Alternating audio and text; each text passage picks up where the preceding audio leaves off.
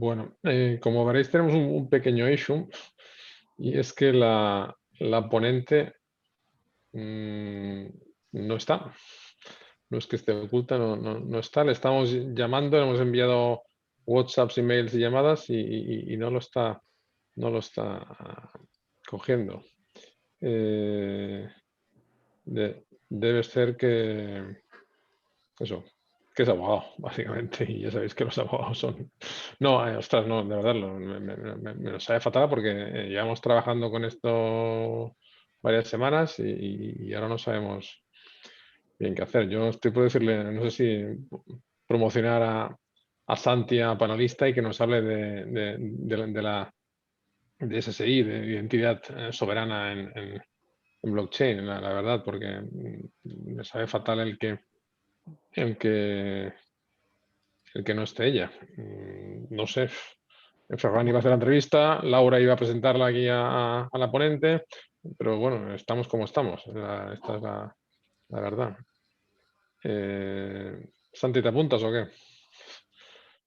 ¿En la encerrona o qué te acabamos de hacer? De hecho, queríamos hablar de entidad soberana, Santi.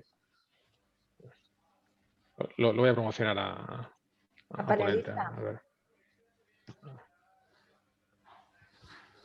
Bueno, siguiendo con lo que comentaba Francesc, la verdad es que lo sentimos muchísimo, porque además lo que ha dicho Francesc, llevamos hablando con Chris un tiempo y no sabemos qué ha podido ser de ella. Pero bueno, como personas con capacidad de innovación y de adaptación y flexibilidad somos, pues en este momento cambiamos al ponente y además pasan, por mi experiencia, cuando pasan este tipo de cosas, sale increíble. Así que, Santi, la plaza es tuya.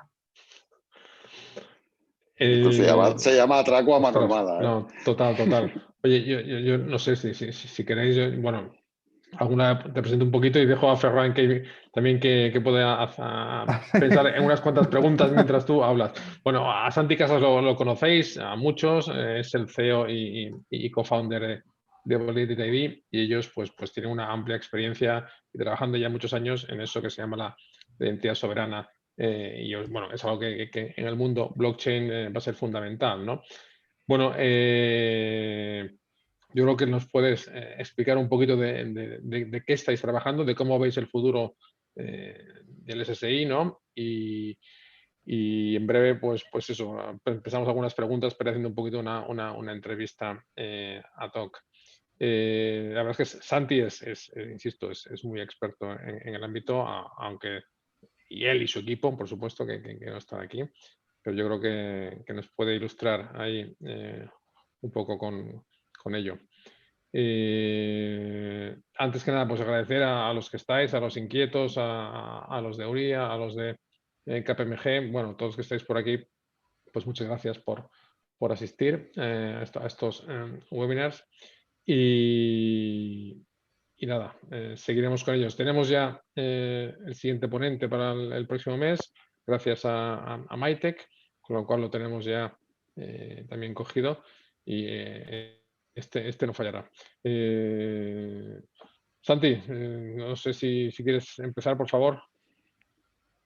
Pues empiezo. La verdad es que, aunque es un atraco a mano armada, hablar de las cosas que te apasionan no suele ser algo que genere mucho conflicto a cada uno. Yo personalmente llevo aproximadamente 20 años intentando buscar soluciones a esto que se llama identidad digital en Internet.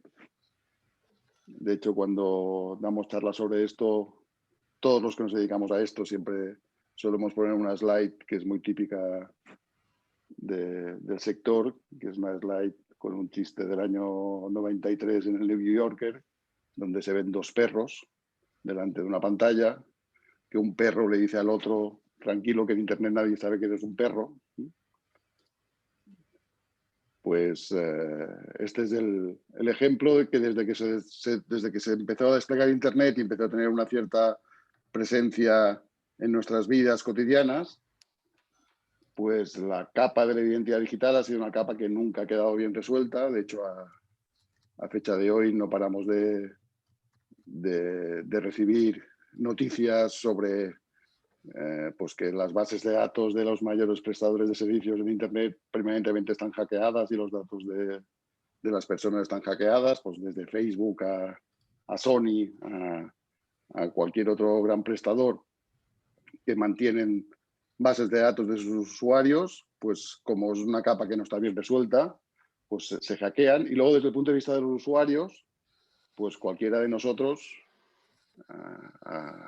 dice las estadísticas que de media gestionamos más de 100 cuentas diferentes habitualmente en nuestros servicios que usamos, ¿no? Desde las cuentas de Google, Facebook o las que usamos desde el punto de vista personal, a las que usamos desde el punto de vista empresarial o con los bancos o con... Pero la realidad es que la identidad digital es un problema no resuelto. Se han hecho muchos intentos. De hecho, ya os comento que yo llevo 20 años pegando empujones en el sector. Hay algunas cosas que han funcionado relativamente bien. De hecho, en el año 99 en España se aprobó el primer Real Decreto de firma electrónica, que ya estaba vinculada también a temas de identidad digital. Y ese mismo año, en el 99, entonces ya hace más de 20 años, la Unión Europea aprobó su directiva de firma electrónica y de identidad digital. Fue una primera normativa que tuvo un impulso importante en el ámbito de la administración pública.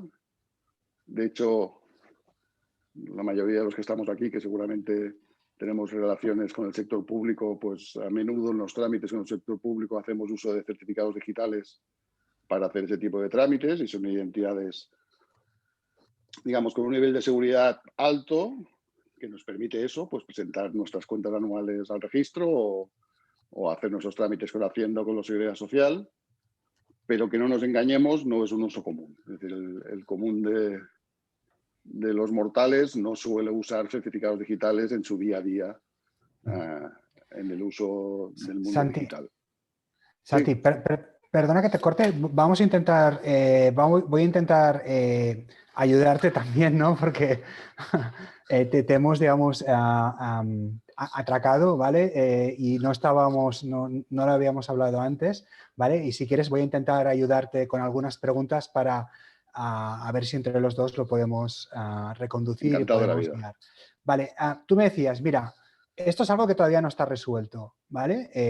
La identidad digital hace, pues como dices tú, hace muchos años y es uno de los principales problemas, digamos que desde el principio se ha intentado resolver, ¿no? Yo creo que en mi opinión hay un tema de proximidad, es decir, aquí hay un punto ya en que los actores no están uno delante del otro, sino que hay ya una distancia física y por tanto ese fue uno de los primeros retos. Hay un tema de escala, o sea, estamos intentando, ¿no?, resolver un problema que afecta teóricamente a tantas personas como en el mundo. Hay el tema de la privacidad, lógicamente. ¿Cuál crees tú que son los otros retos, ¿no? O cuáles son los grandes retos que desde el punto de vista de la identidad digital nos afrontamos y sobre todo cómo el blockchain puede ayudar digamos, a encarar estos retos y a resolverlos? Yo creo que el primer gran reto es la universalidad del modelo. Pero si cuando creamos Internet fuimos capaces de crear una cosa como el correo electrónico, que todo el mundo es capaz de usar, independientemente de quién es el prestador de servicio, independientemente de si uno tiene un servidor de correo en casa o utiliza un servicio como Gmail o como Office 365.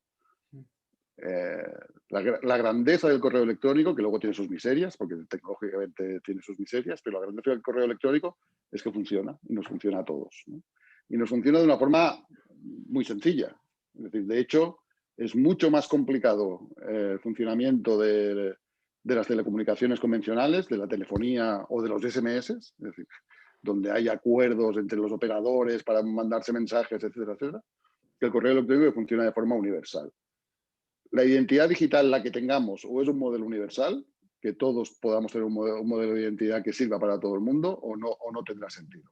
¿Qué es lo que pasa hasta ahora? Ahora hay muchos nichos de identidad diferentes, muchas islas que entre ellas son incapaces de funcionar. Por tanto, es un tema el primer tema, que es esto o es universal o no será. Vale, por tanto es un problema, el primero que tú crees es un problema de escala, ¿no? Es decir, que nos enfrentamos a un reto de miles de millones de personas, ¿no? Correcto. Por decirlo de alguna manera. Y ese reto, a su vez, genera una complejidad muy alta, que es que hay muchísimos actores que tienen intereses en la identidad. Pues desde, pues eso, en sociedades como la europea, muy reguladas, pues el sector público quiere tener un peso muy importante en el tema de la identidad. Yeah. Y en sociedades anglosajonas, donde en general no tienen identidad, de hecho no tienen la identidad no digital, es decir, los ingleses o los americanos no tienen un DNI, no existe. Por tanto, entonces, la privacidad y el consentimiento del usuario en relación a su información y en relación a cómo se transmite esa información sería el segundo reto. Es el segundo reto. Son los dos retos principales, la universalidad y la privacidad, o eso, la capacidad de gestionar tus datos, de que esté bajo tu control.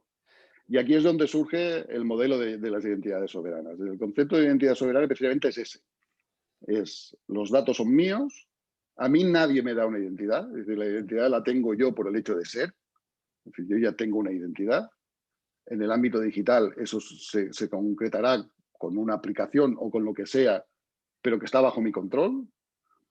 Bajo mi control están todos los datos que tienen que ver con mi identidad y yo decido con quién comparto estos datos en cada momento, sí o no. Por tanto, no es una base de datos centralizada que tiene un prestador de servicios, sea Facebook o sea la Dirección General de la Policía, para entendernos, sino que cada uno tiene sus propios datos bajo su control. Y la identidad soberana nace exactamente gracias al despliegue de los modelos de blockchain, porque es precisamente ese modelo descentralizado que significa blockchain el que permite este modelo de control de los datos por parte del usuario.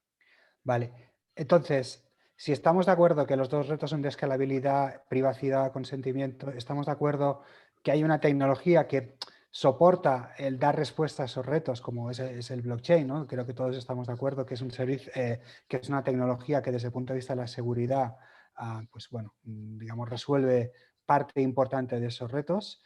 ¿Cuál crees tú que deberían ser las medidas o cómo crees tú que debería impulsarse el despliegue de la identidad digital más allá de lo que a lo mejor ya está haciendo Google, más allá de lo que está haciendo Facebook, más allá, es decir, ¿crees que es un tema que también, digamos, el sector público a través de los servicios online que cada vez está desplegando con más profundidad tiene un papel preponderante?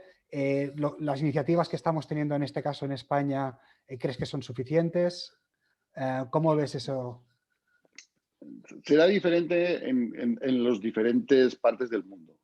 En Europa, sin duda, el sector público es clave en todo esto. Y de hecho, en ese sentido, es muy relevante lo que está haciendo la Comisión Europea. De hecho, nosotros estamos participando en el primer piloto que está haciendo la Comisión Europea, que en el marco del proyecto EPSI, que es el proyecto de blockchain que apadrina la Comisión Europea, pues hay el proyecto ESIF, que es el proyecto de identidad soberana vinculado a EPSI.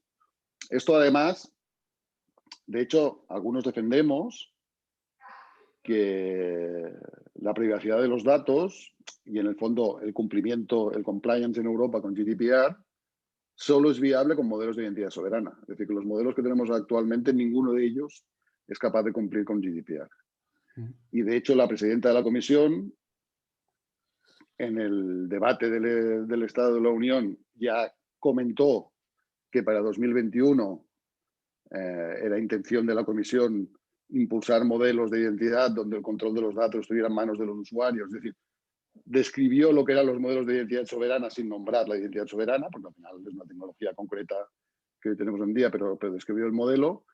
Y el propio Consejo de Europa, a principios de este mes, emitió un statement al respecto, diciendo que daba mandato a la Comisión para que para mediados de 2021 la Comisión pusiera encima de la mesa un modelo de identidad que cumpliera con esas condiciones. Entonces, en Europa será muy importante lo que haga el sector público y muy importante lo que haga Europa en un modelo armonizado. Es decir, en el modelo que estamos trabajando en ESIF, es un modelo que están trabajando los diferentes estados y no solo el sector público, que por primera vez, digamos que en los modelos anteriores de identidad digital europeos así fuertes, eran modelos muy pensados para el sector público. Este desde el principio está pensado que tiene que ser un modelo universal tanto para el sector público como para el sector privado. Y esto en Europa pasará así. En otros países el problema lo tienen otros. Por ejemplo, en Estados Unidos el gran problema lo tiene la banca. Es decir, la banca tiene que hacer el correspondiente KYC con sus clientes y es que hoy no tiene herramientas para eso. Ya no en el mundo digital, en el mundo no digital. Y por tanto, seguramente en Estados Unidos, de hecho, en Canadá en este caso, más que en Estados Unidos, pero en Canadá quien ha impulsado más el modelo de identidades digitales soberanas han sido los credit unions de allí, porque al final son los que tienen el problema. La gracia es que los modelos que se están trabajando son realmente muy complementarios y se están trabajando estándares en los foros de estandarización de Internet, en el W3C y en otros foros, que permiten que ese nivel de interoperabilidad y universalidad del modelo sea una realidad. Y de hecho, digamos, la capa que en Europa pues, define la comisión, que sería la capa más de compliance, de gobernanza del modelo, pues están trabajando conjuntamente con los canadienses que están trabajando en un modelo similar. Es decir, la más buena noticia de todo esto es que todo esto está pasando muy rápido, en muy poco tiempo, y estamos trabajando en ese modelo universal. ¿Qué tiene que pasar para que esto sea una realidad?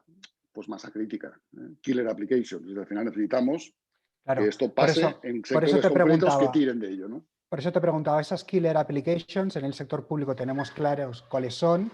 Pues sí, pero el sector público no es una killer application nunca, porque al final la relación del ciudadano con el sector público es de un trámite o ninguno al año. Necesitamos killer applications que sean de uso diario. Vale, entonces, dicho esto, saltando del sector público digamos, al sector privado, ¿cuál crees tú que sería la killer application o cuál crees tú que podría ser un servicio de esos que dijesen realmente pasamos, ¿no? de un discurso teórico, de una regulación teórica a una implementación práctica de la entidad, ¿no? digital en Internet que realmente, aparte de la banca y los servicios financieros? Yo creo que para mí hay dos grandes sectores y que los dos están haciendo movimientos. Uno es el sector académico laboral, porque lo pongo en el mismo paquete, al final sería el sector curricular para entendernos. Al final una de las cosas, nosotros pues eso, cuando optamos por una plaza en una compañía, pues mandamos un currículum que está lleno de cosas que ponemos nosotros en el currículum, pero que no certifica nadie, ¿no?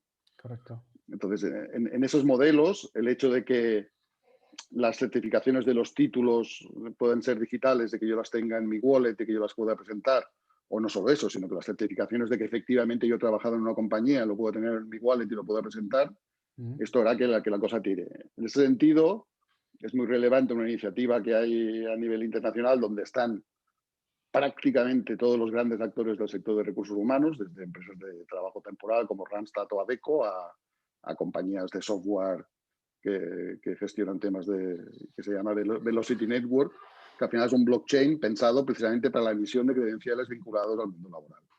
Este es uno de los temas que seguramente tirará. Hay que tener en cuenta que en el sector laboral los costes del recruiting son altísimos y las compañías que se dedican a esto, es decir, el poder validar los datos vinculados a las personas en el recruiting es un coste muy alto y aquí está empezando. Pero para mí, sin duda, el sector donde tiene más sentido el modelo de identidad soberana es el sector de la salud. Y de hecho, ahora que estamos en etapa de pandemia, sería un sitio bueno donde hablarlo. El ejemplo siempre es el mismo.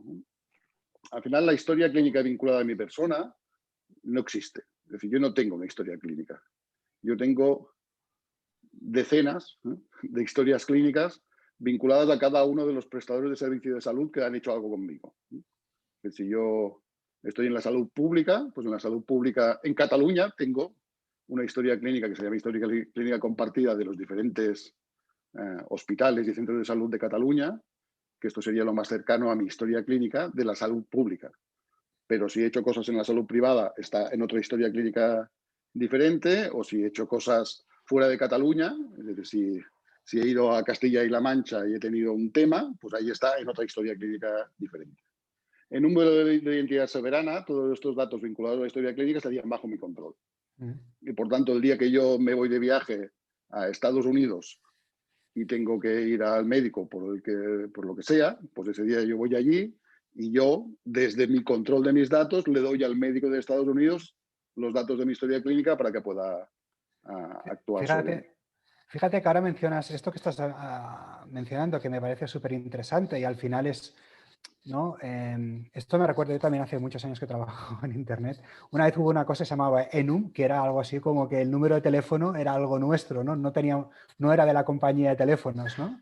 Sí, Fue algo pues... que no avanzó, ¿no? Porque al final tampoco la industria quiso que avanzase, ¿no? Pero esa capacidad que tendremos a través de la identidad digital de crear ese wallet personal con nuestros datos privados, eso es fantástico.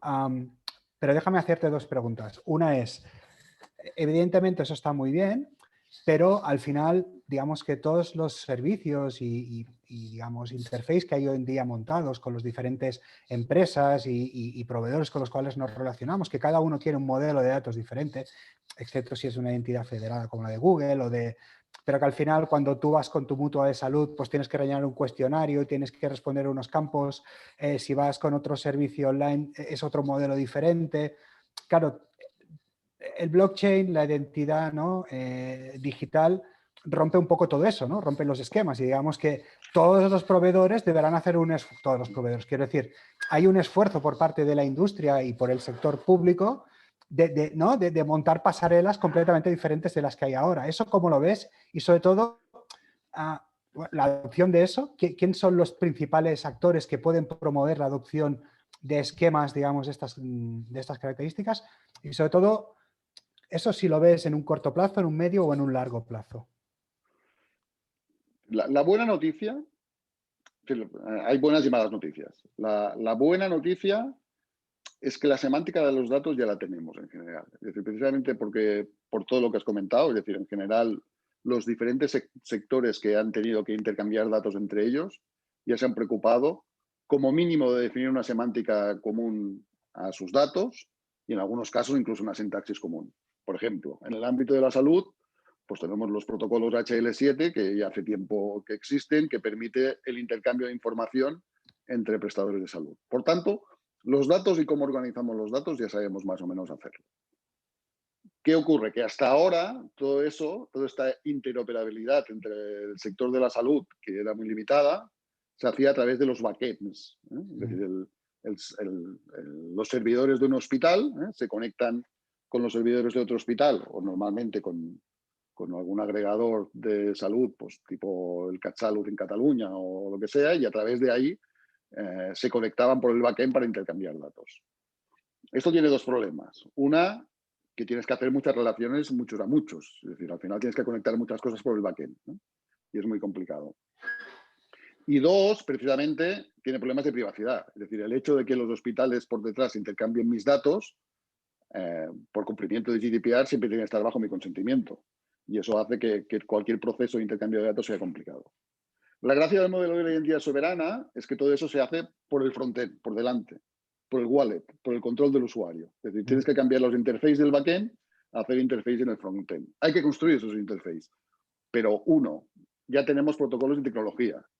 De hecho, uno de los proyectos en los cuales nosotros hemos trabajado, tanto para la comisión, pero como para los estándares internacionales, en este caso del DIF, de la Decentralized Identity Foundation, es lo que se llama el protocolo SIOP. Pues esto es muy techy, pero al final lo que es el protocolo SIOP es el uso de protocolos OpenID Connect, que son los que se usan habitualmente ya en Internet. Pues cuando tú te vas a una web y que te dice conéctate con tu cuenta de Google, pues cuando te dice conéctate con tu cuenta de Google, detrás hay un protocolo OpenID Connect que hace esa conexión y ese intercambio de datos. Pues al final una de las cosas que se está trabajando en el mundo SSI es aprovechar esos protocolos ya existentes para hacer el intercambio de datos a través del frontend. Entonces, digamos, las piezas las tenemos. La semántica de los datos en la mayoría de los casos existen. Otro ejemplo. En el proyecto que hemos hecho, que estamos haciendo con la Comisión Europea, uno de los casos de uso de ejemplo es la emisión de diplomas por parte de las universidades. Y de hecho participa la Universidad Rovira i Virgili de Tarragona, que es una de las que ha participado en el piloto. Esto como concepto está muy bien, pero luego al final tienes que definir la sintaxis y la semántica de ese diploma. Pues no nos lo hemos inventado. Es decir, Europa ya tenía definido un modelo que se llama Europass, y lo que hemos hecho ha sido coger el Europass y ponerlo en manos de las identidades soberanas. Y esto va a pasar, cada vez va a pasar más. Es cierto que en algunos sectores esto está más maduro, se han trabajado más modelos de datos de intercambio que ya permiten ese modelo de interoperabilidad, y en algunos menos. Pero lo mismo, la banca pues ya tiene protocolos SWIFT de hace muchos años que permite intercambiar datos entre ellos. Y por tanto, la semántica seguro que la mantendremos, igual cambiará la sintaxis, pero que cambie la sintaxis tampoco es especialmente relevante, porque eso lo hace un algoritmo que donde el dato está puesto aquí, lo pone aquí y lo pone entre corchetes en lugar de ponerlo entre no sé qué. Es decir, la parte de la sintaxis es la menos problemática. Lo importante es la semántica, y la semántica ya llevamos muchos años trabajando en proyectos de interoperabilidad semántica de datos.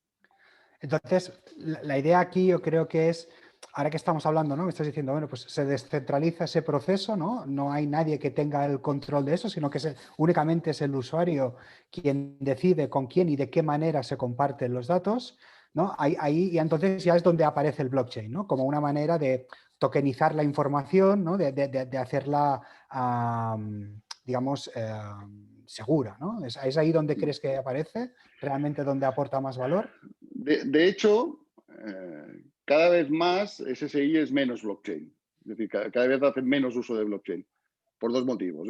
Uno, porque al final en el blockchain no se ponen datos, precisamente por temas de privacidad. Es decir, en general los datos que están en blockchain son abiertos y por tanto no se ponen datos. Y dos, porque el sector en general de blockchain, si el sector SSI tiene que madurar, el sector de blockchain tiene que madurar mucho más. O sea, ahora mismo en blockchain, como por desgracia llevo muchos años en esto, pues yo viví el pre-internet, ¿no? Donde había muchas tipologías y topologías de redes, donde había redes TCP/IP, pero donde había redes de PX, donde había redes token ring, donde había redes de todo tipo.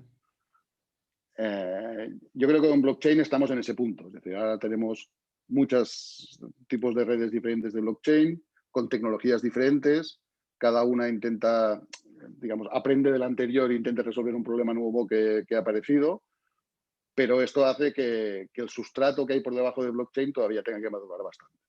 Entonces, el modelo SSI es un modelo pensado en utilizar blockchain para lo que sirve, que al final es pues para dejar datos que son inmutables, que están descentralizados y que por tanto todo el mundo lo puede hacer. Entonces, ¿qué hace el modelo SSI? ¿Qué usa SSI de blockchain?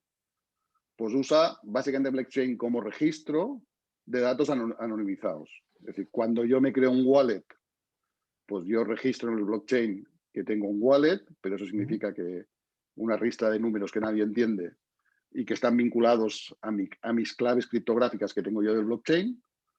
Y luego cuando alguien emite credenciales sobre mí, deja rastro en el blockchain de que se han emitido unas credenciales, pero lo mismo anonimizadas que nadie ve qué son. Y cuando alguien quiere verificar mis credenciales, puede ir al blockchain a comprobar que efectivamente se ha dejado ese rastro de forma adecuada. Pero por tanto hace un uso muy, muy, muy pequeñito de blockchain.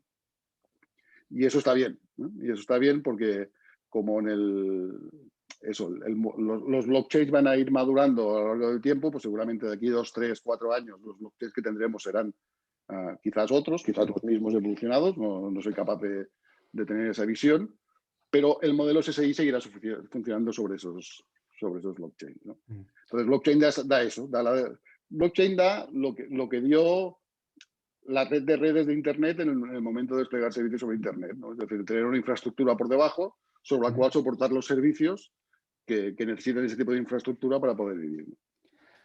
Vale, en tu opinión, porque como te decía antes, por experiencia propia sé que esto de la identidad digital hace muchos años que corre y también hace muchos años que corre la certificación digital, ¿no? de todo tipo.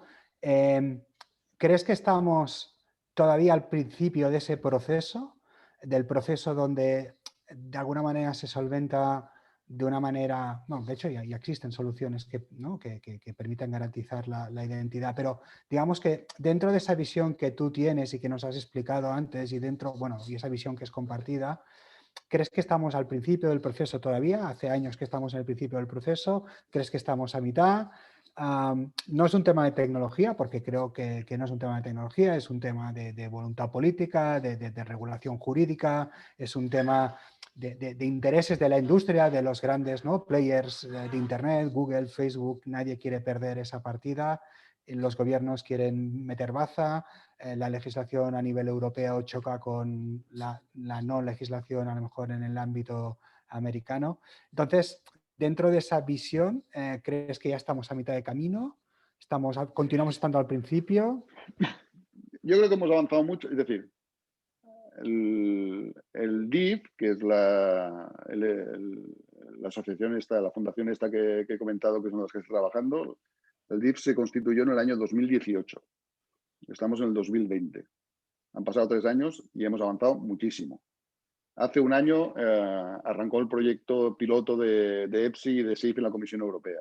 Ya hemos terminado la fase 1, hemos arrancado la fase 2 y está funcionando.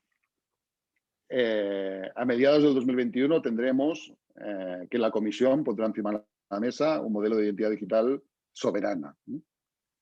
De hecho, este trimestre empieza la revisión del reglamento EIDAS europeo, que es el que regula todas estas cosas. Es decir, están pasando muchas cosas simultáneamente que hace prever que no nos faltan 10 años, que nos faltarán 2, 3 años. Es decir, que durante 2021 ya veremos algún caso que funcionará y durante 2022 y 2023 esto se va a ir desplegando. Es clave el tema de que haya killer applications de uso diario.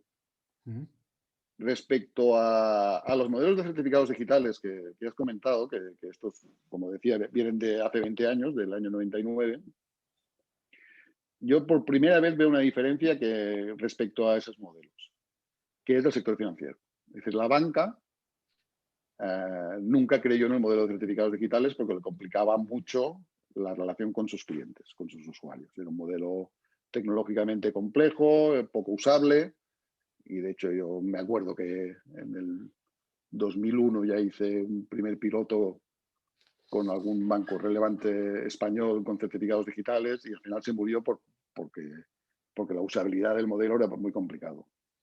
En general, la banca, como se ha metido también en temas de blockchain, porque no hay otro camino. Es decir, el blockchain ha venido para quedarse y si algún sector está directamente implicado es el sector financiero y por tanto ya se han metido en el ámbito del blockchain, en general la banca está viendo con muy buenos ojos el modelo de identidad soberana.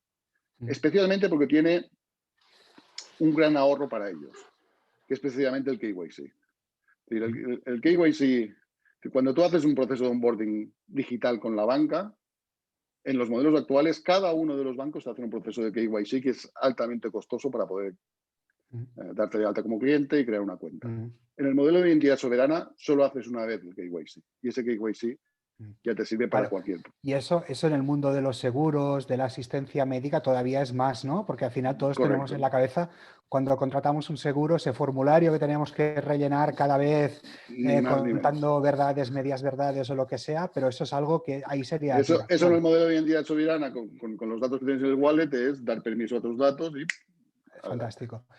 Yendo un poco a esta visión ya no tanto técnica, ya no tanto conceptual de la identidad soberana, y aprovechando, ¿no? Pues la visión que tienes del desarrollo que está haciendo normativo la Unión Europea, ¿tú crees que hay oportunidades para empresas aquí, españolas, catalanas, que con una visión de mercado internacional, europeo, pueden encontrar nichos o alrededor digamos, de la prestación de la identidad o explotando las características, ¿no? O sea, trabajando, no sé, creando algún tipo de servicio, ¿no? Como conectores o como, digamos, actuando como, ¿no? Como proxies delante de algunos servicios. ¿Crees que hay posibilidades? Si tú ahora, aparte de estar, ¿no? en tu empresa, tuvieses que pensar otras alternativas, ¿dónde ves tú que puede haber un mercado o puede haber un interés desde el punto de vista de negocio? Yo espero que haya negocio, porque por nuestro bien, espero que haya negocio. No, sinceramente lo habrá. ¿Dónde habrá negocio? Pues un poco lo estabas tú apuntando. Es decir, el modelo de identidad soberana lo que hace es cambiar el modelo de proveedores de identidad a proveedores de servicios de identidad. Es decir, los proveedores ya no te proveerán de identidad, sino que te proveerán servicios que tanto para las entidades como para los ciudadanos les facilitará la gestión de las identidades. Entonces, esto hace que, como mínimo, hay tres partes del modelo de identidad soberana que tendrán modelo de negocio. Uno es el propio wallet. Y aquí es el que me es más complicado entender cómo acabará siendo, porque hasta ahora la costumbre es que como el prestador de servicios que te da un servicio te provee de la identidad, normalmente esa identidad, digamos, tiene su marca, para entenderlo, ¿no? Lo voy a poner otra vez en el ejemplo de la banca. Yo hace unos años constituimos otra empresa donde uno de los socios en aquel momento también era un banco, y me acuerdo que yo era director de tecnología en aquel momento en la compañía, tuvimos una comida de negocios donde estaba también el banco con otra gente, y cuando yo fui a pagar saqué una tarjeta de otro banco, ¿no? Y el del banco socio de la compañía después me cogió aparte y dice, eso no lo hagas nunca más, tú tienes que sacar la tarjeta con la marca de mi banco, ¿no? Y ahí entendí por qué los pagos móviles, que ya era un momento que los pagos móviles podrían haber funcionado, no funcionaban. Y era por el propio branding de las tarjetas. Es decir, los bancos no quieren perder el branding de las tarjetas. Y de hecho, a fecha de hoy todavía sigue pasando mucho, aunque cada vez más hemos conseguido el pago móvil. En los wallets de identidad pasará eso. Habrá una guerra para ver quién mantiene el branding, y es muy complicado que todavía piensen que el wallet es del usuario, no es de ninguno de los prestadores. Es decir, es mi cartera, es donde guardo yo mis cosas. Es decir, no me la da el banco ni me la da nadie. Y en esa guerra, perdona, en esa guerra ves que están los de siempre, los grandes, ¿no?, de la industria, Google, Facebook, Amazon. De hecho, decir, los que miran peor la identidad soberana son los GAFA, ¿eh? Los Google, Facebook, Amazon y compañía. Estos son los que hasta ahora, porque claro, ellos viven precisamente de los datos de los usuarios. Entonces, eso de no que les los datos, esos son los que menos me interesan. Por la otra parte, los que hasta hace unos años eran los malos de la película, pues los Microsoft, IBM y compañía, son los que precisamente ahora están apostando por esto, porque como son los que no viven de los datos, ahora son los buenos de la película y los que juegan al modelo de identidades soberanas. Entonces ahí, por ejemplo, Microsoft está haciendo una apuesta muy, muy fuerte por los modelos de identidad soberana. Entonces, una de las piezas es el wallet, ¿no? Pero el wallet para mí es el que y nosotros tenemos un wallet pero lo primero que te pregunta cuando ahora vamos a hacer un piloto, estamos haciendo algunos pilotos, pues tanto con bancos como con el sector público y tal. Pues lo primero que te dicen es que el wallet tiene que ser suyo, ¿no? Y decir, oye, aquí tiene que salir mi marca, ¿no? Entonces, veremos el mundo de los wallets cómo evoluciona, y esto es un elemento. Pero donde seguro que habrá negocio es en la emisión de credenciales y en el consumo de esas credenciales. Si lo comparamos en el mundo de los certificados digitales, claro, el certificado digital al final solo te da una credencial, que es la credencial de identidad. Y por tanto, a fecha de hoy, pues hay unos cuantos prestadores, unas cuantas autoridades de certificación, que en España son 30, pero en Irlanda son 1, que emiten esas credenciales de identidad. Cuando pasemos a emitir credenciales sobre cualquier cosa, sobre cualquier dato vinculado a la persona, eso significará que cualquier empresa emitirá credenciales, cualquier asociación, el Barça emitirá credenciales sobre que tú eres socio del Barça. Y por tanto, tendrá que desplegarse en un modelo SaaS seguramente, servicios de emisión de credenciales para cualquier servicio de estos. Y ahí hay negocio. Y luego hay negocio en la parte del consumo de esas credenciales. Habrá credenciales que por el propio valor del credencial, alguien estará dispuesto a pagar por consultar esa credencial. Y lo mismo, también hay que dar interface, también hay que darle a las empresas que van a consumir credenciales herramientas para que le permitan consumir ese tipo de credenciales. O sea, habrá un ecosistema que tendrá modelos de monetización claros. Sí, yo creo que ahí todos los que son la industria financiera de seguros, por los modelos de evaluación de riesgo, ¿no? Por el Know Your Client, todo ese trabajo que tienen que hacer siempre de ranqueo y clasificación de clientes, claro, se les abre un mundo ahí, ¿no? Y un mundo que además no se puede falsificar, porque eso es cierto. Estamos de acuerdo que las credenciales que tú tengas y el histórico que tú tengas no lo puedes falsear. ¿Sí? Correcto. ¿Sería así? Ese es el tema. O sea, ahí estamos, ¿no? Ahí estamos un poco ya entrando en el mundo de Black Mirror, ¿no? O sea, ya empezaremos Sí. a ser esclavos de nuestra cadena de datos, ¿no? ¿Sería algo así? Esto, realmente, el cambio de paradigma que significa todo esto, una vez más, es muy difícil de entender dónde nos llevará, ¿no? Otra vez, nos vamos a los inicios de Internet, nadie se pensaba que Internet sería lo que es hoy, ¿no? Cuando estábamos en Internet en los años 80, pues lo mismo. Con todo esto, ¿cómo acabará? El cambio sustancial es que, y esto sí que está muy vinculado también con blockchain, y se habla siempre de la Internet del valor y de todas estas cosas, pues una de las partes del Internet del valor precisamente son los datos vinculados a las personas que controlan las propias personas. Es decir, el Internet dejará de ser una red que conecta máquinas sobre las cuales se prestan servicios, será una red que conectará entidades, y esas entidades podrán ser personas físicas, jurídicas, dispositivos IoT o lo que sea, pero serán cosas que tienen vida, sea vida artificial o vida natural, que intercambiarán datos entre ellos. ¿Y esto dónde nos puede llevar? Pues Black Mirror, ¿no? Hay que hacer esfuerzos de imaginación para entender qué capacidad tendremos en el futuro para gestionar estas cosas. Muy bien, oye Santi, por mí última pregunta y ya daremos turno a si alguien quiere hacer una pregunta. ¿Te atreves a dar una previsión no sé, hoy en día hacer previsiones es imposible y más ahora, ¿no? Pero bueno, ¿De cuándo acabará la pandemia? No sé cuándo acabará la pandemia. Exacto, no, pero bueno, obviamos eso, ¿vale? Eso nos sirve a todos para que esa visión que nos has ido explicando y que es, yo creo que es tan fundacional de lo que es Internet. O sea, cuando te escucho, pues me parece escuchar pues, a la gente que inventó el DNS, ¿no? A John Postel o gente así, que tenían una visión, que fueron los fundamentos y que realmente cuando oyes gente que tiene esa visión y que tiene la visión de la esencia de Internet, ¿no? Y del dato distribuido y de la entidad, ¿no? Lo mismo que el DNS fue, que el sistema de DNS fue en su día. ¿Te atreves a dar una visión, nada, a 2 años? No porque aciertes o no aciertes, pero eso yo creo que nos ayudará a todos a entender si esto va a ir más rápido, va a acelerar.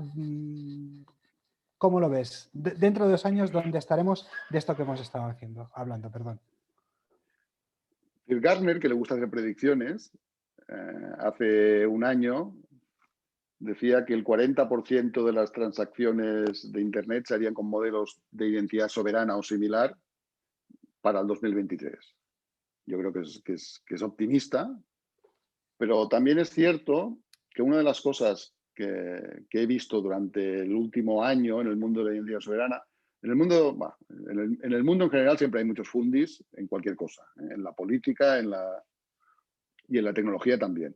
Como cuando el mundo de la identidad soberana nació en el mundo blockchain, en los principios, la mayoría de gente que estaba alrededor del mundo de la identidad soberana eran muy fundis del blockchain, ¿no? Era la identidad de blockchain, que se planteaba como el modelo de identidad para blockchain.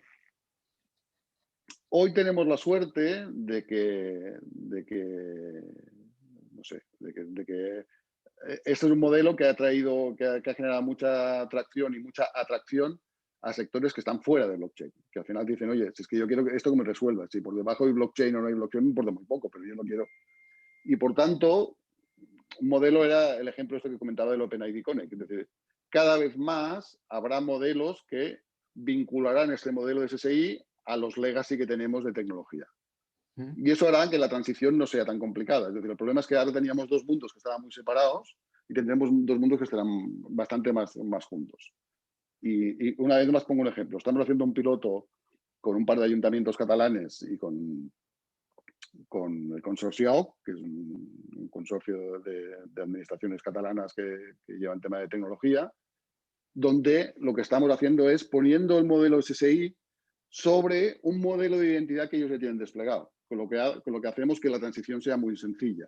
Si este piloto acaba funcionando bien, el despliegue del SSI en el sector público en Cataluña se podrá hacer en un año. Vale.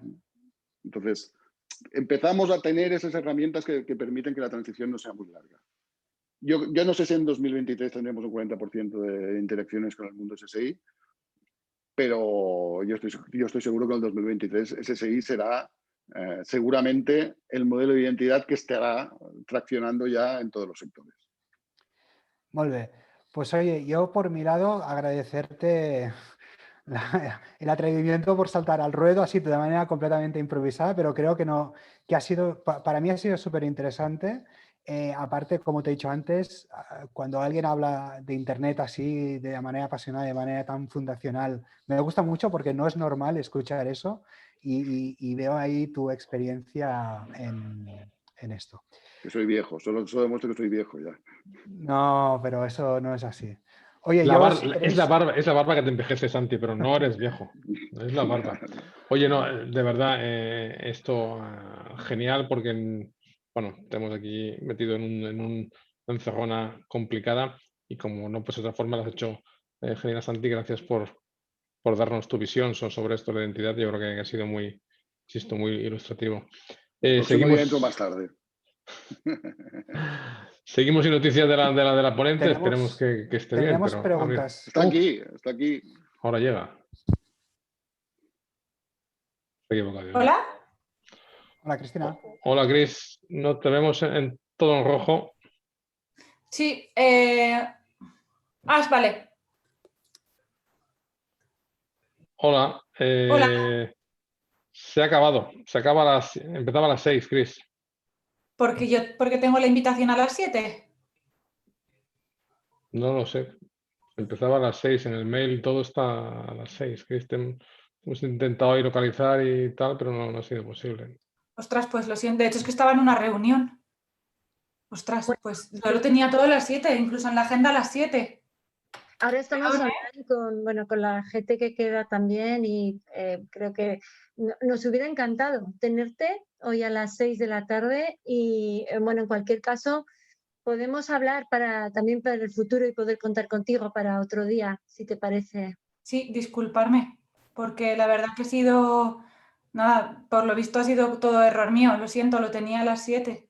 De hecho, me he conectado 10 minutos antes porque había leído el mail de Francesc y lo siento. Bueno, estas cosas pasan, pero mira, como somos muy dinámicos, muy flexibles y tenemos la suerte de contar entre los asociados con Santi Casas, que es CEO y founder de Validated ID, nos ha dado una ponencia magistral sobre identidades digitales, también muy relacionado con blockchain y la verdad, bueno, Santi, yo por mi parte agradecértelo porque ha acabado ahora. Y lo que digo, Cristina, o sea, ya hablaremos para poder contar contigo otro día porque habías generado mucha expectación y nos encantaría contar contigo. No, bueno, lo siento. A lo mejor te ha pasado algo en tu calendario. Si miras el mail de hoy, que te llega hoy, me pone a las 6 p.m. A lo mejor en el calendario lo pusiste antes y con el cambio de hora o has tenido ahí Puede ser, la verdad que puede ser, pero bueno, no puedo deciros nada, solo mis disculpas. Ya está. No, tranquila. La verdad que la primera vez que me pasa, perdón. Tranquila, Cris. Tranquila. Por cierto, ahí, antes de acabar, Santi, ha quedado una pregunta por ahí pendiente. Aquí comentaba alguien que si una persona puede tener varias identidades digitales y podría ser un problema. Y ya con esto daríamos por cerrado, ¿no? De hecho, hoy tiene varias identidades digitales, de hecho tenemos centenares, y en el mundo de los modelos de identidad soberana también. Es decir, de hecho, nada impide que uno pueda tener varios wallets y poder gestionar varios wallets. Todo esto, los que nos dedicamos a esto estamos pensando mucho en las identidades fuertes, en las identidades que te permiten hacer trámites y tener datos fiables sobre las personas, pero a la vez también hay mucha gente trabajando precisamente en los modelos de identidad anónima, en los modelos que te permitan anonimizar al máximo los datos y que puedas actuar de forma anónima, valga la redundancia. Entonces, esto pasará, pero tampoco es un inconveniente, ¿eh? Al final también tenemos, en el mundo no digital, también tenemos varios wallets con diferentes credenciales o tarjetas en cada uno de los wallets que usamos de forma diferente. Oye, pues yo de verdad nuevamente agradecerte, Santi, la lección magistral que nos has dado.